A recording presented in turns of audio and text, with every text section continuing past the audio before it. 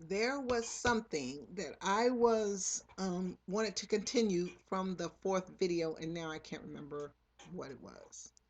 And I think it might have been an important point, and I don't want to go back and watch it again because then I will get really confused and don't know what I'm talking about. But what I actually was thinking on while I took a little break was do I have to, or do I have to justify um, how much she knows and what she doesn't know actually about him? In one of the very, very first ideas, not even a draft, not even nothing, just a little, wordy kind of thing, um, I actually had him, um, I had Madame know who he was before he got there, before he got to the nightclub to talk to the entertainer lady. That she knows who he is, but then why would she put her protege? She's known this girl since she was a very little girl. Why would she put her in that kind of danger? And then kind of the second idea was to have Madame be doing her reconnaissance work or whatever after she hears him say his real name. That's what I'm thinking makes more sense. After he, because remember, the girl, my main character, she's calling him something else.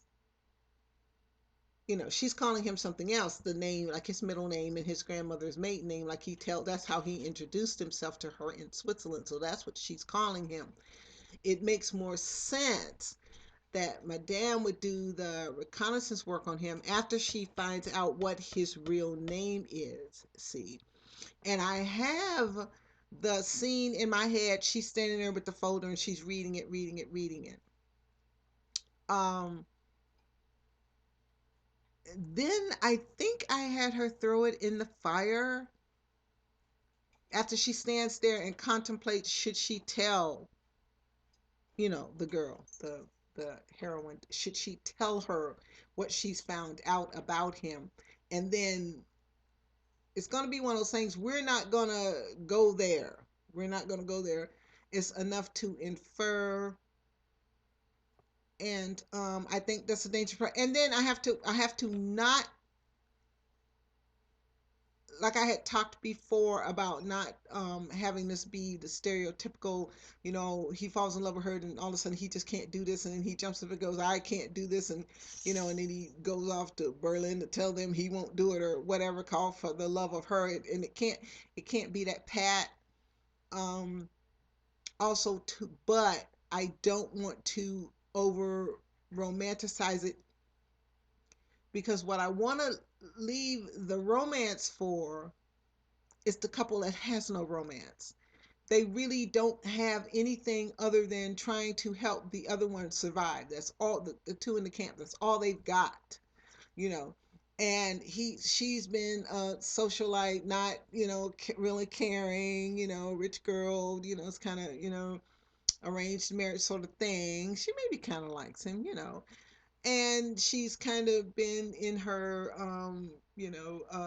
society matron, young children, brilliant husband kind of life she's lived in. um he's cheating on her.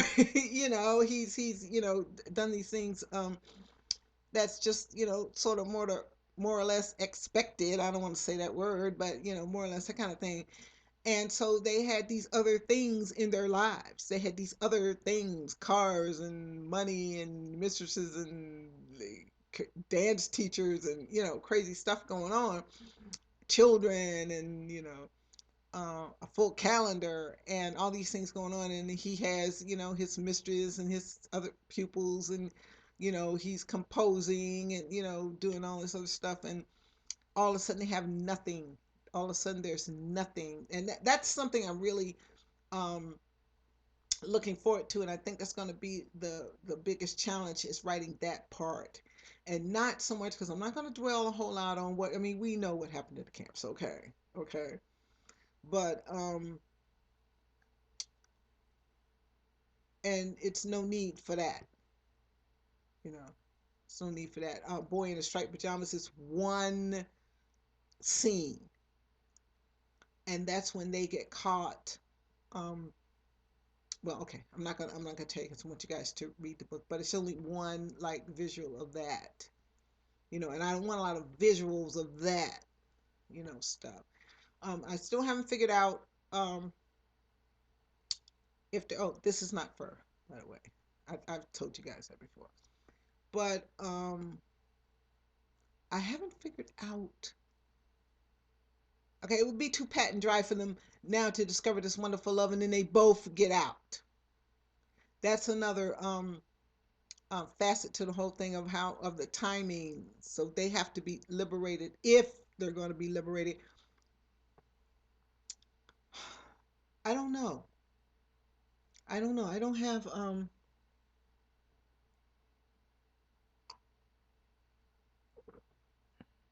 it's not wine, of course. Um I don't know. Because I already pretty much have her death scene plotted out in my head. It's just time for that group to go. I mean that hut to go, you know. And I have a lot of the same things in the death scene that I wrote for Autumn. Um, is her thoughts as she's walking along. She knows this is it. You know, she knows this is the last time she's gonna walk in the sunshine. This is the last time her feet are gonna strike the earth. That these steps she's taking, you know, are her last ones. And, you know, she's trying to look around. And so I'm pretty sure that. And then I also too, I am working with, I think I talked about this before, the conflict that he has. Okay, he's a musician. Musicians got treated a little more special, you know, if you can call it that. But they had access to maybe a little more food, and they were, you know, a little more well taken care of. They had their own place where they were. And so, um, my thoughts are, why wouldn't he, once he gets there, he's an intelligent man. Once he gets there and he realizes what's, you know, actually going on, um, when he say, hey, I'm a musician, or what I'm also thinking is, maybe the unit he's found himself in, the oh, I can't say the words. Um, but it means special commandos, something like soda. So I don't want to say the words wrong. But yeah, but then how much as then how much, okay, maybe if he gets just pulled for that, cuz they would just pull people, you know, for special duty kind of thing. You know, when the trains arrive, they separate men from women first, and children under a certain age, and you know where they were going, unless, and then they select the women by the one older ones or ones with little kids, from the ones they could work to death, basically, pretty much. um so would he rather be a musician with a few um quirks, maybe a little extra bread or something he could take her, or one of these special commandos who would have access to all the people's food? Because, you know, the people that were told to bring food and jewelry, and they had sorting rooms for these kind of things, and this is the food these men would eat. Well, for one thing, they knew they had probably 6 months. You know, they didn't keep the same ones, so it really didn't matter. So um I got to work that out, but I don't want to be overthinking. That's just it. You know, don't want to get to overthinking yet. But see, I think what ends up happening is, um I get so much stuff. I get so much ideas. I get so much, plotting things out. I get so much in my head that boom, it has to come out. And that's the point where you have to wait for. That's the point that um, I could write something right now. I mean, I could write a couple pages or something, but the work it would take, for me to clean it up would be twice as, and then I'd end up not being able to use it anyway. It has to like bubble, till it spills over, and then that's when you get the get the bug. And the holidays haven't helped either, and being so busy, and with the getting ready to move and stuff. But I don't. It was something else. Oh, and a little while ago, when I was trying to figure out what I was trying to say about what kind of music, I first heard that song alternative station. I said everything but that.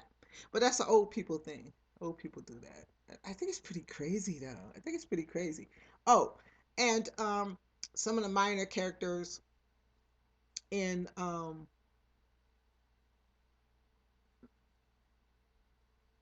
the second book. Well, for one thing, since my main male lead is such a creep, you know, I mean, it's hard to imagine that I need a villain, but that can't be him. So I'm thinking I need maybe another villain. I can have somebody either messing with him.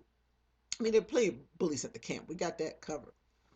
But I could have someone like an antagonist. I haven't had that kind of thing. In Autumn, um, it was a male against a female. It was an arch villain, and he was after my female character. I'm trying to think. There's a story, a piece of story or something, where it's a female after a male. That's the formula. It's a female after a male. Um, yeah, but how could you bully a bully? That's the only thing I'm trying to figure out how he could. I don't know. I'll figure it out some kind of way. Because the irony is that the camp stuff is pretty much, taking care of itself. It's about survival. It's a little neat nitpicky things to work out. But then again, I really don't want to, I don't want to overthink. I don't want to overanalyze, and I don't want to overthink. But and I think the problem is that I saw how much material I just had to throw away in autumn. Just get rid of. And um, I think I'm trying to censor myself before I even. But that prologue is a good idea. Um, his personality is a good idea. Um, her having so much at, at stake is a good idea. Um, his total Aryan appearance is a good idea because that's what's helping him, get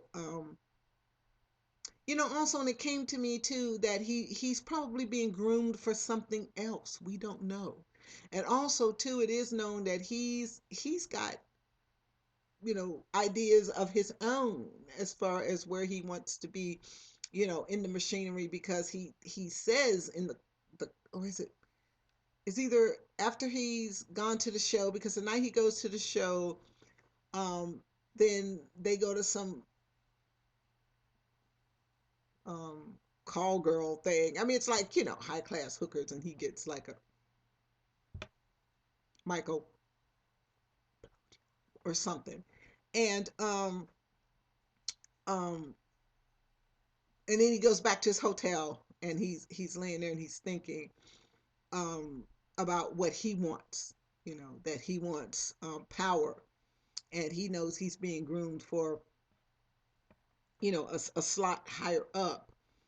And that's part of the reason that, well, he couldn't not accept the order. See, that's just it. He has to go and do what, you know he's told to be told, but he has ambitions too. He wants the whole thing. He wants the whole thing. He wants he wants to sit in the chair, you know, because he's got the ideas. The things we know now are the ideas that he has, that, Germany is not going to win the war. If they don't stop making the mistakes that they're making now, they're going to lose the war.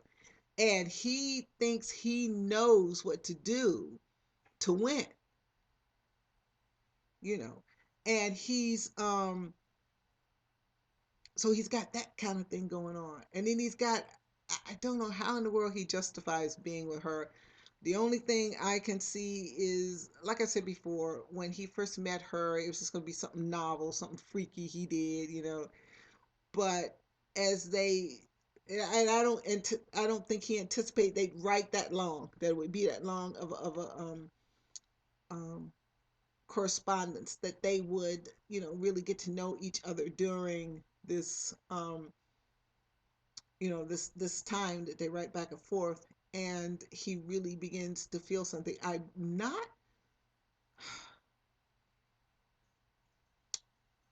don't think he loves her at first. I think when they get to the beach house, he kind of sees that it's the uniform, it's that, that she's opposed to. It's not him that she's rejecting. It's, what that outer shell, that she's repulsed by. And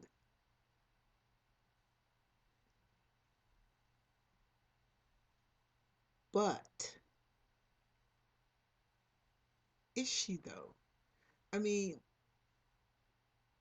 like I said, she has a bit of insecurity, and she has a bit of masochism, and I'm not really sure where that comes from. I think it's from having to be so strong and having to have this burden of this war and all this, stuff that's on her.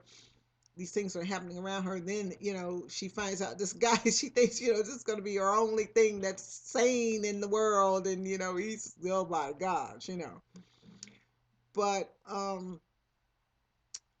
she does it, you know, I can't, I don't know. I don't know. But I'm thinking about two scenes that will change the I. Okay, I got to work on those. I got to work on two kind of scenes. Well, the second scene, when she shows him affection, he's in. Second time she shows him affection, he's in his uniform. Is when she thinks he's gone. He's been ordered back to Berlin. She thinks he's gone, but on his way to Berlin, he has actually been captured. Um, and she finds that, she when he, before all that happens, he comes to her.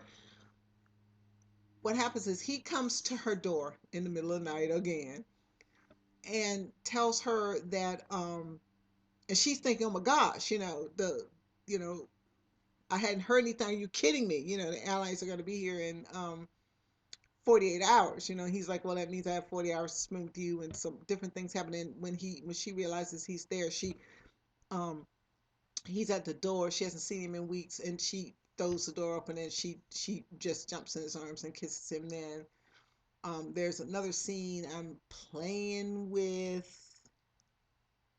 Like I said, it's like entwined into the S&M thing. How what he would,